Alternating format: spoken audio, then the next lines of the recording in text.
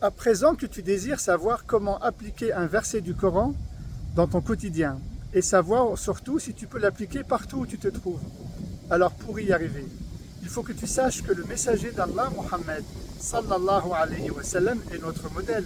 Il est en cela l'exemple à suivre. Le messager Mohammed a appliqué tous les messages du Coran dans leur intégralité et dans les deux sociétés dans lesquelles il vivait. Tantôt dans la société mécoise non musulmane et tantôt dans la société médinoise pro-musulmane. Il a donc appliqué le Coran dans deux contextes différents. Raison pour laquelle on parle d'un messager pour deux modèles. C'est la thèse que je défends et que je propose. Deux modèles possibles. J'espère que tu saisis bien à présent et que tu sais faire la nuance entre les deux sociétés.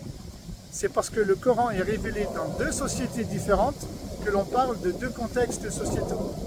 Le contexte sociétal mécois et le contexte sociétal médinois.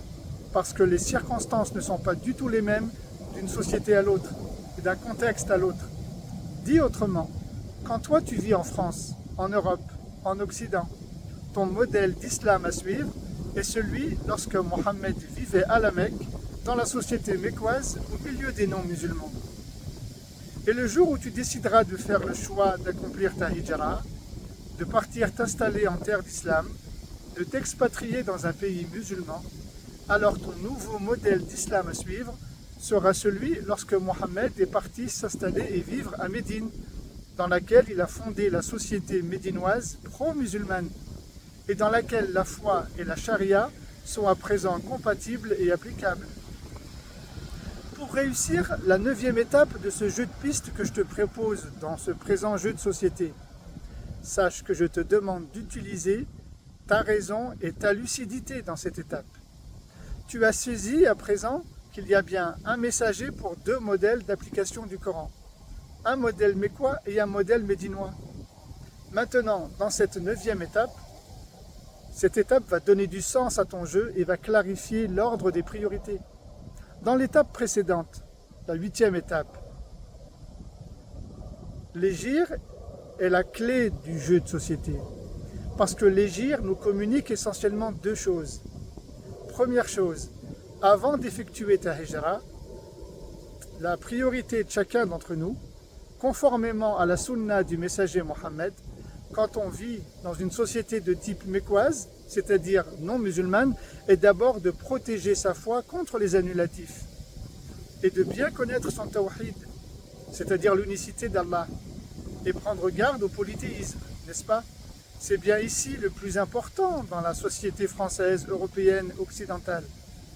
Et deuxième chose, après avoir effectué la hijra, la seconde priorité de chacun d'entre nous, et conformément à la sunna du messager d'Allah, Mohammed, quand tu t'installeras dans une société de type médinoise, c'est-à-dire pro-musulmane, est, en plus de la foi, d'appliquer la loi coranique.